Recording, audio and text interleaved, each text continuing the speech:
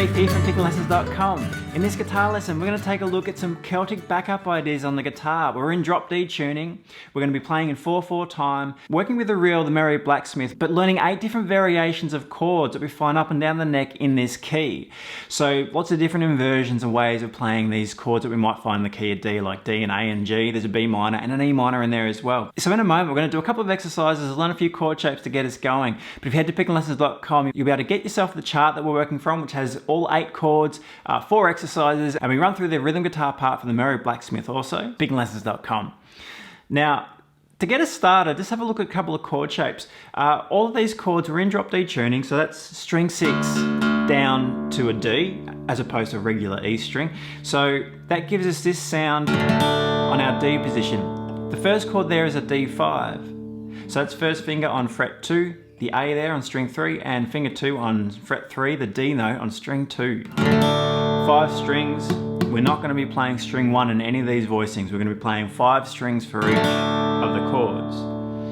One of the beauties of this tuning is once we get out of this open position, we're going to have an open D as part of our chord shape. So the next chord we play is a D with an F sharp. Still have that D in there. We'll come back to this in a moment.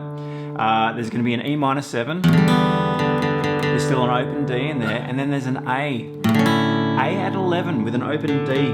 So we've got this droning D all the way through. So D, D with an F sharp, E minor, 7, and then the A. Always with that open D. So it's a very interesting sound that we get. Let's take a look at the first 2 chords and we'll jump into an exercise with them. So the first 2 chords, that D5 again, first finger, second finger. Let's move on to the next chord, the D with an F sharp. Same chord shape. Third finger comes in on the F sharp there in this tuning, which is fret 4. So it's an F sharp in the bass over the top of our D chord position. So D5, so not major, not minor. This one is a D major with an F sharp in the bass. So let's start out with the first exercise, nice and slow, then we'll break it down. 1, 2, 3, 4.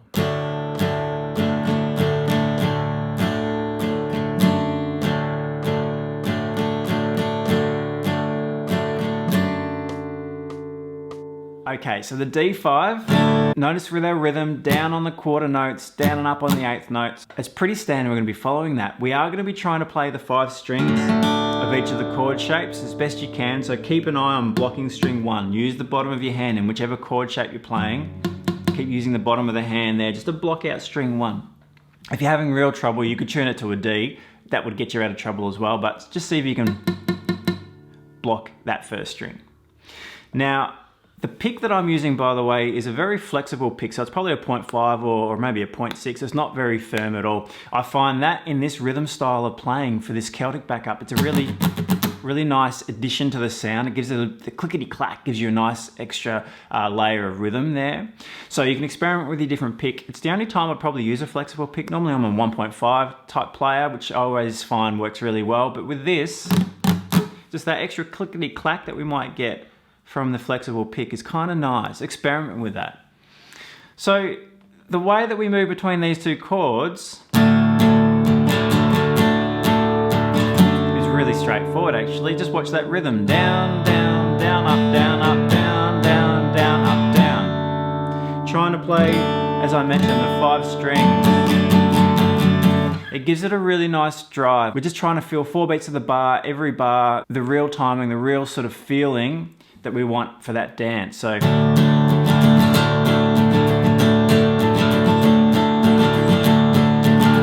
really straight. We've got some more syncopated rhythms later on as well as a variation, which are really nice because you can play around with that, but this rhythm is really straight, so really try and feel that.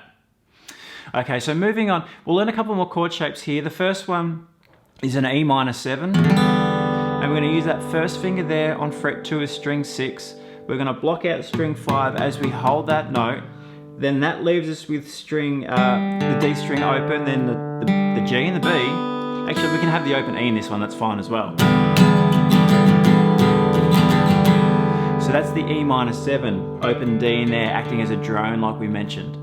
The next chord is the A at 11. Now the A at 11, this is an A position chord in drop D tuning. You've got finger 3 on the A there, fret 7. We've got 2 notes from our A chord here. The second finger's on fret 6 there, that's a C sharp, and your first finger there on the E note.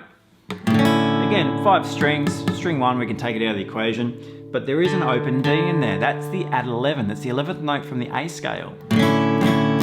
Interesting chord sound. The D note is a real thread that ties the whole thing together, that open droning note. So let's have a look at this example slowly first, this exercise, and then we'll break that down and just check out what we need to do. 1, 2, 3, 4.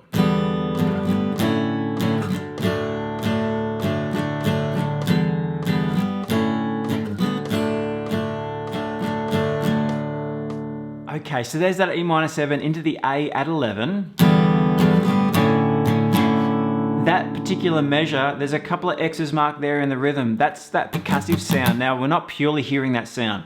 It's just more of a reminder. So I've added it in because what we're doing there is transitioning. When we get up to tempo, you're going to be transitioning between your chord shapes at this place. So 1, 2, 3, 1, 2, 3. We've still got open strings in there. We've still got that droning D.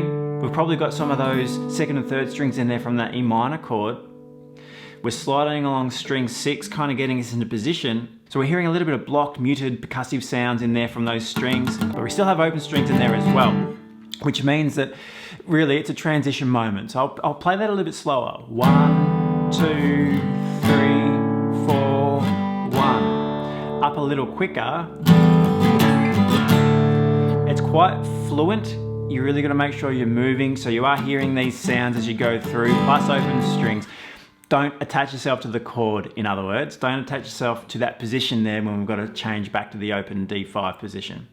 So after we play that main accent, which is on beat 3, 1, 2, 3, shift and down to D. Up a little quicker.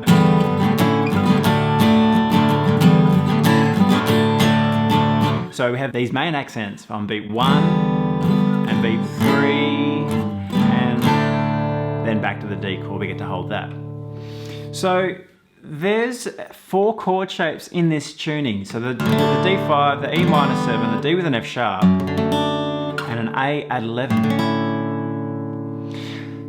If you head to pickinglessons.com, we're going to learn 4 more shapes. So we're going to learn a G variation, a B minor, another A at 11 up the neck with a C sharp in the lower, in the bass note, and then a D chord up the neck as well. So 8 voicings in this tuning. Now these chords can be used in any D tune.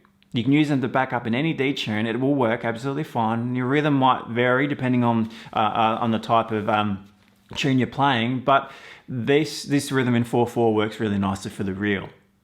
Now, in the next lesson, we are going to break down the 3rd and 4th exercise, which will get us going, ready to play the Merry Blacksmith. So the Merry Blacksmith, the example we heard at the beginning, that's a reel in 4/4 time, in a key of D, played pretty quick. So these chord voicings work really nicely. I think it works great for this particular tune, but any tune in D and anything you're backing up in D in this sort of style works really well with these examples. And the thing with these chords is we'll talk about how we can sort of exchange them around a little bit as well. In the next lesson, we can chop and change between these different D chords, the A voicings.